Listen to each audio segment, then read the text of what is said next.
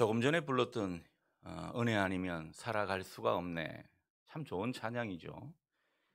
그렇습니다. 우리는요, 은혜 아니면 살아갈 수가 없는 존재입니다.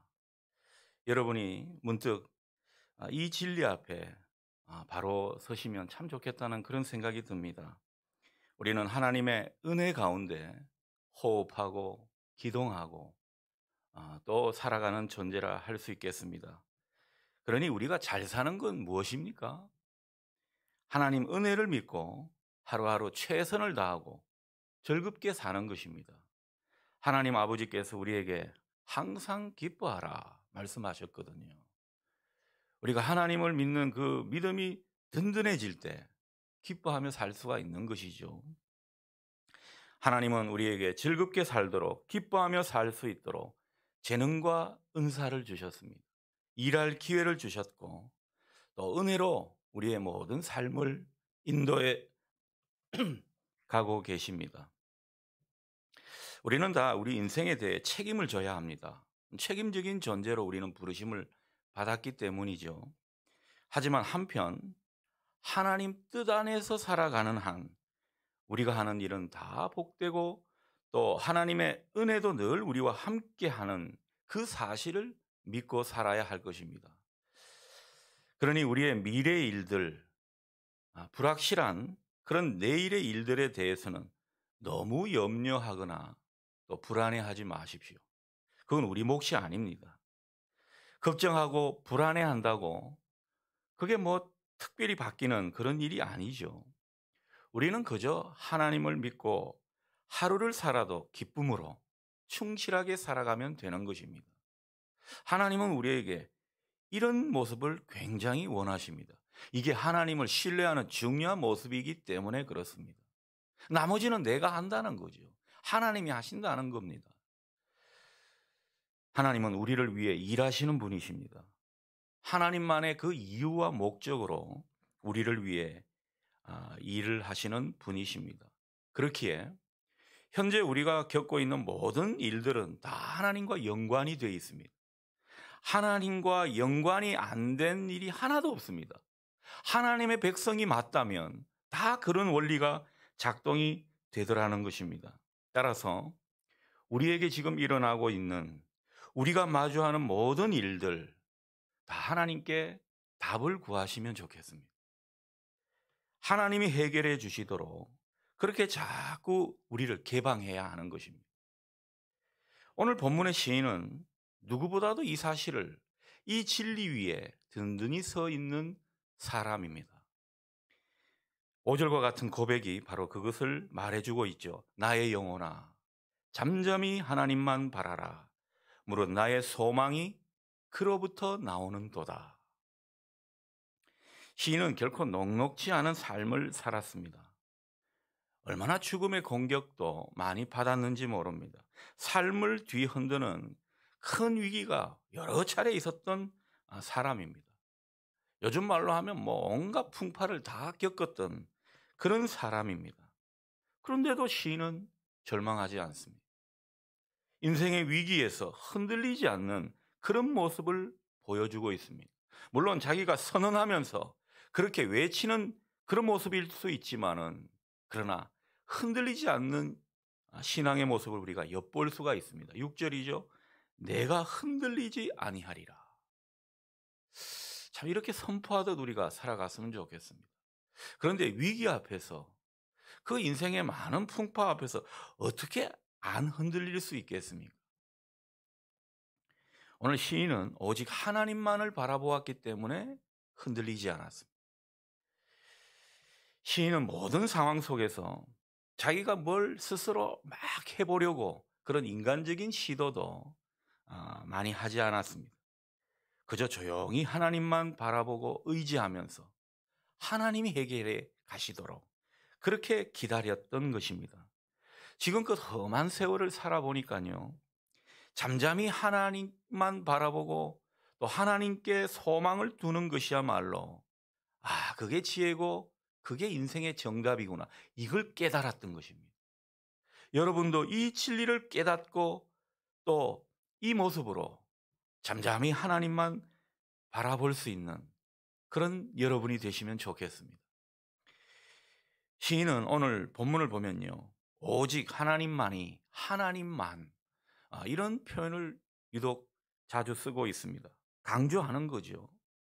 여러분들이요, 정말 하나님께만 잇대어 있으면, 그래서 하나님께 소망을 두면 여러분의 인생은 결코 흔들리지 않습니다.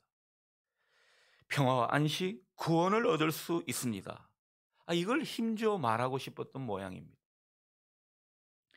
우리가 내가 처한 현실, 내 자신만을 바라보던 그 모습에서 우리 가운데 현존하시는, 우리와 함께 하시고 있는 그 하나님께로 우리의 시선과 마음을 돌릴 때 어느새 우리는 하나님을 보게 됩니다.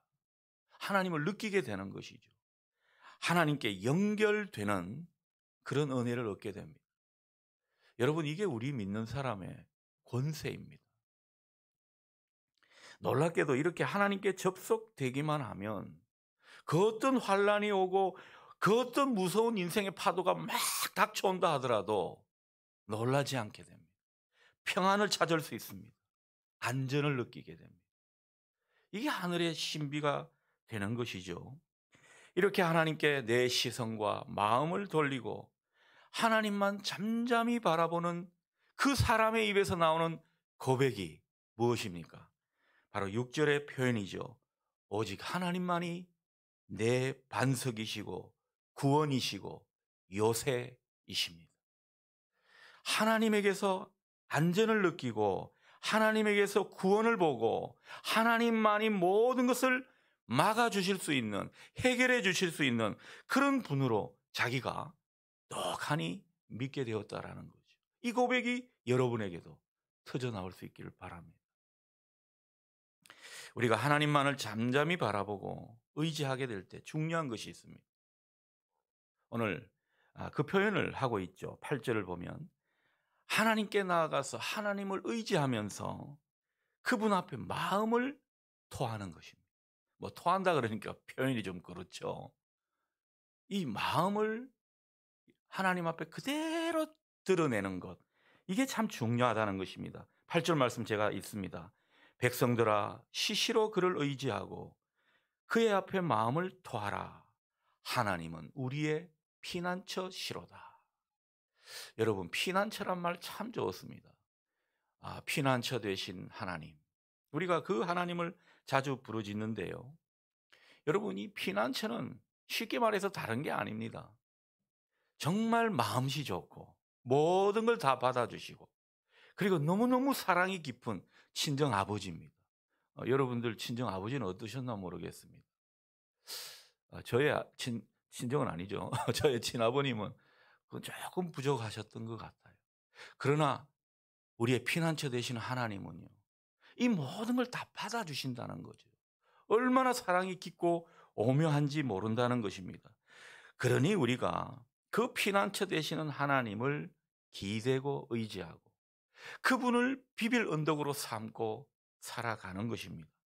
여러분, 괴롭고 힘들 때마다 이 넉넉한 하나님 아버지 그 품을 그리워하시면서 그 앞에 나아가서 하나님을 진심으로 의지하고 그 가운데 하나님께 마음을 토설해 보시기를 바랍니다. 그때 주어지는 축복이 무엇입니까? 소망을 얻게 된다는 거죠. 소망이 우리에게 주어진다는 겁니다. 그렇게 막혔던 내 마음, 그렇게 답답했던 내 마음이 뚫리는 거예요. 미래에 자신이 생기는 겁니다. 쥐뿔도 없는데 말이죠. 얼마나 큰 축복인지 모릅니다. 그래서 이 하나님 안에서 안정과 보호하심과 사랑과 위로와 평강을 느끼게 되는 것입니다. 이 소망이 주어지니까요. 우리는 속상하거나 또 불안하고 답답할 때 어떻게 합니까? 이 사람을 피난처 삼는 일이 많습니다. 남편한테 쪼르르 가서 남편한테 기대고 뭐 남편이 다 주기를 바라는데 이 남편이 그렇지를 못합니다. 그리고 정말 좋은 친구가 있는데 그 친구한테 다 털어놓으면은 속이 좀 풀릴 수 있고 뭔가 좀 위안을 얻을 수 있을 것 같은데 이 친구가 오늘따라 바쁘다 그러면서 시크하게 나오는 겁니다.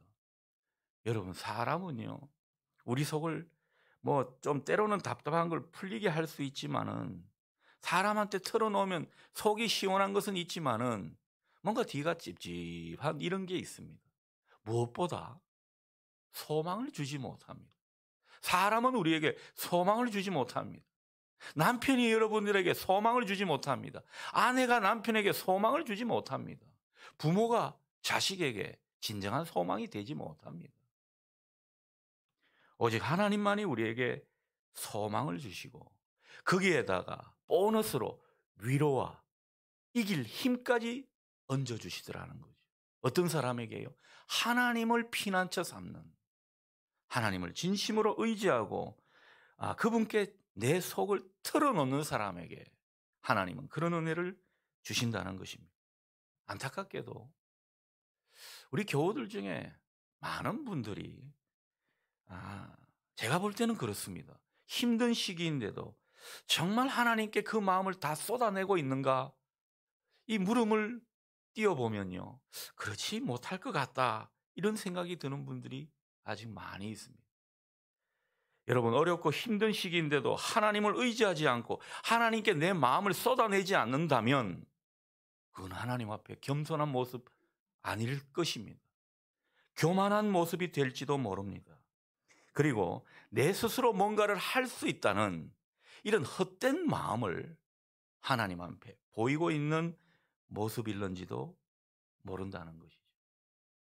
그러니 우리가 인생의 위기를 만나서 흔들리고 불안할 때 여러분, 하나님께 초점을 맞추시고 우리에게 소망을 주시는 그 하나님을 피난처 삼으시기를 주님의 이름으로 축복합니다. 이게 우리 인생의 정답입니다. 하나님은 반드시 우리 삶의 반석이 되어주시고 구원이 되어주십니다. 그러니 우리 삶이 흔들리지 않는 거죠. 제가 자주 농을 합니다마는 여러분이 정말 에이스 침대 같은 그런 인생 되기를 바랍니다. 흔들리지 않아요. 흔들리지 않습니다. 흔들리지 않죠? 흔들립니까? 하나님이 우리의 피난처십니다. 우리에게 소망을 든든히 주시는 분이시라는 거죠. 자, 그런데 이 하나님께 마음을 토설하는 게 잘 안 됩니다. 실제적으로 말이죠. 왜 안 됩니까? 우리가 가난한 마음으로 하나님 앞에 서 있어야 되는데 그게 잘 안 되는 거죠. 여러분, 그럴 때는요, 내 있는 그대로를 보십시오. 괜히 뭐 잘난 척하고 괜히 더 가능성이 있는 것 같고 내 가능성을 자꾸 두지 마십시오. 내 가능성이 다 닫혀 있는 존재로 하나님 앞에 고백하라는 거죠. 여러분, 우리가 내 가능성을 다 닫아야지 하나님의 가능성이 열리는 것입니다. 하늘문이 어떤 사람에게 열립니까? 야곱이 하늘에서 사닥다리가 내려오는 것을 보았는데 어떤 때 그랬습니까? 나는 아무것도 할 수 없습니다. 아무런 방법이 없습니다. 정말 하나님의 도움, 하나님 아니면 저는 의지할 데가 없습니다. 그러면서 하나님을 바라보기 시작할 때 하늘의 문이 열리게 되는 것입니다. 그러니 여러분, 하나님 앞에 서 있을 때는요, 내 가능성들을 다 닫으십시오. 솔직해지십시오. 우리가 뭐라고 자신할 수 있고 우리가 뭐라고 뭔가를 할 수 있다고 I can do it은 아무 때나 그런 게 아닙니다. 하나님 앞에서는요, 철저히 무능해져야 하는 것입니다. 내 가능성을 차단해야 된다는 거죠. 이게 가난한 마음입니다. 여러분, 하나님 앞에 오늘 가난한 마음으로 기도하실 수 있으면 참 좋겠습니다. 자, 그러나 시인은 사람들이 하나님을 잘 의지하지 않는 세태를 보면서 탄식합니다. 사람들이 왜 이렇게 하나님을 의지하지 못하는 것인지 탄식하고 있다는 거죠. 그리고 그 이유에 대해서도 언급하고 있습니다. 크게 세 가지를 말하죠. 9절에서 10절입니다. 아, 슬프다. 사람은 입김이며 인생도 속임수이니 저울에 달면 그들은 입김보다 가벼우리로다. 포악을 의지하지 말며 재물이 늘어도 크기에 마음을 두지 말지어다. 우리가 어려울 때, 힘들 때 오직 하나님만 의지하면 좋겠는데 그게 잘 안 되는 까닭은 무엇이라고요? 하나님 대신에 다른 걸 의지할 것이 있기 때문입니다. 첫 번째는 사람이죠. 사람이 우리가 의지할 대상으로 보기 때문입니다. 두 번째는 뭐죠? 권력입니다. 여기 뭐 포악이니 또 탈취한 것이니 이런 것은요, 세상 권력을 의미합니다. 세상의 힘, 세상의 영향력, 때로는 이게 악한 것인데도 그것에 기대는 경향이 있더라는 거죠. 세 번째는 뭐죠? 재물을 의지하는 것입니다. 재물을 의지할 뿐만 아니라 거기에 마음을 다 쏟고 있기 때문에 하나님께 정작 의지하는 모습이 안 되더라는 것입니다. 그래서 하나님은 분명히 말씀하십니다. 얘들아, 사람은 의지할 대상이 아니다. 너희들이 철석같이 믿고 있는 그 사람은 의지할 대상이 아니다. 어떤 말로요? 사람은 입김이고 인생은 속임수다. 사람은 본래 거짓되고 무능한 존재라는 거죠. 인생은 다 연약해서 본질적으로 믿을 수가 없다라는 것입니다.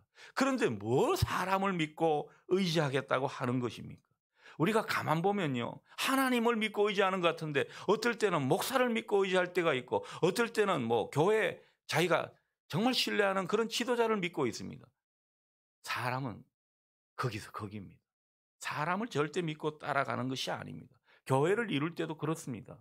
여러분, 목사만 주구장창 따라가다 결국 교회가 망하는 꼴이 생겨나지 않습니까? 목사를 통해서 하나님을 궁극적으로 바라보고 의지해야 된다는 것이죠. 우리가 참 영향력 있는 사람들, 그런 사람들을 의지할 때가 많죠.